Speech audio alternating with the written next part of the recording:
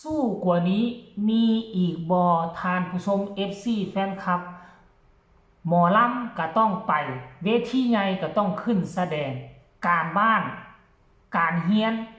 กะต้องได้เฮ็ดทรงครูเหลืออีก4วิชาสุดท้ายอายต้องสู้ฝึกฝนรอลองทั้งคัดลอกหนังสือภาษาอังกฤษส่งให้คุณครูทางโรงเรียนโอ้โหยกโป้ไปเลยทักทายสวัสดี FC แฟนคลับคลิปนี้เป็นคลิปที่2ของวันเฮามาติดตามความอึ้งความทึ่งความมุ่งมั่นอดทนของอายสกุลนพรในวัยอายุ13ปีเป็นทั้งหมอลังดังเป็นทั้งคุมกำลังลักของบอสนกพงศกรของเสียงวิหก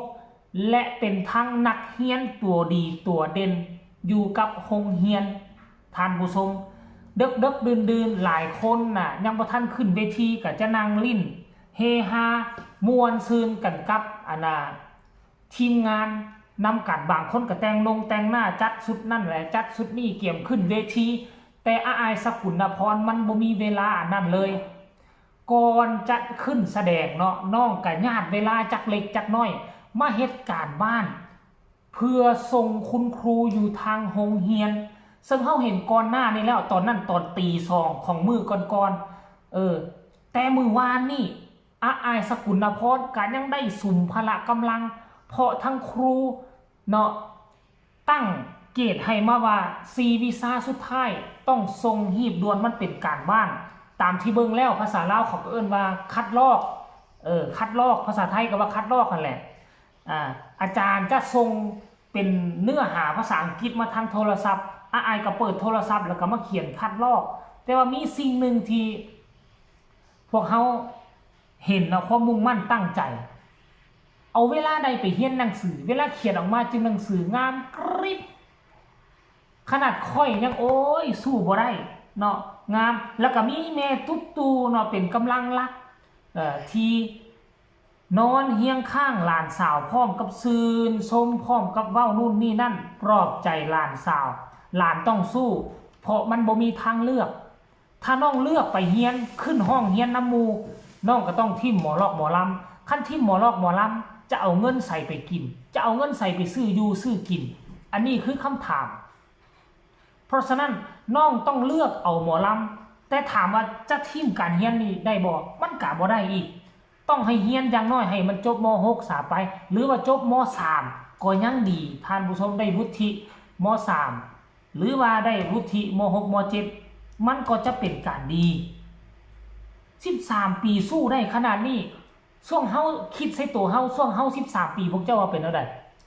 เฉพาะไปเฮียนพวกเฮาก็ยังบ่ร้อนแล้ว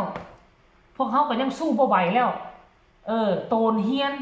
โดดเฮียนลักไปลิ้นน้ำมูลักไปนู่นนี่นั่นแต่ว่าอายนี่นะ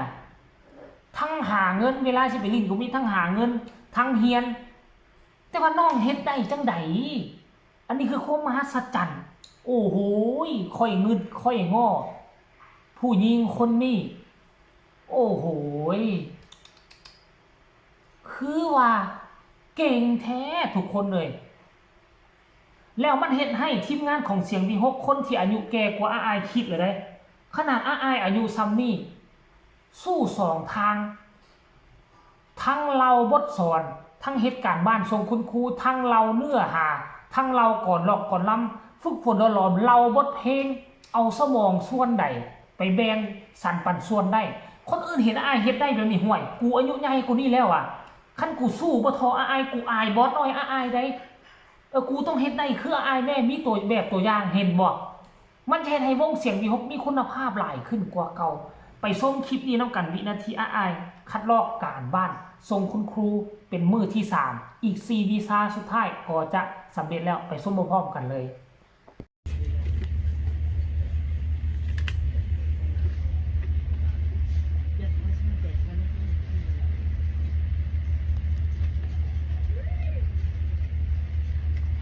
เขียนไว้นะหนูเขียนไว้นะแต่ว่า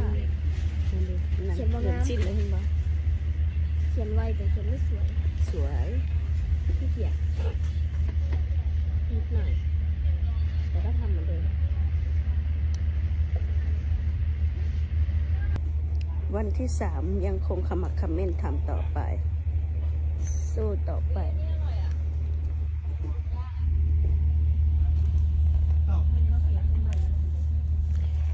จังมากหลานสาว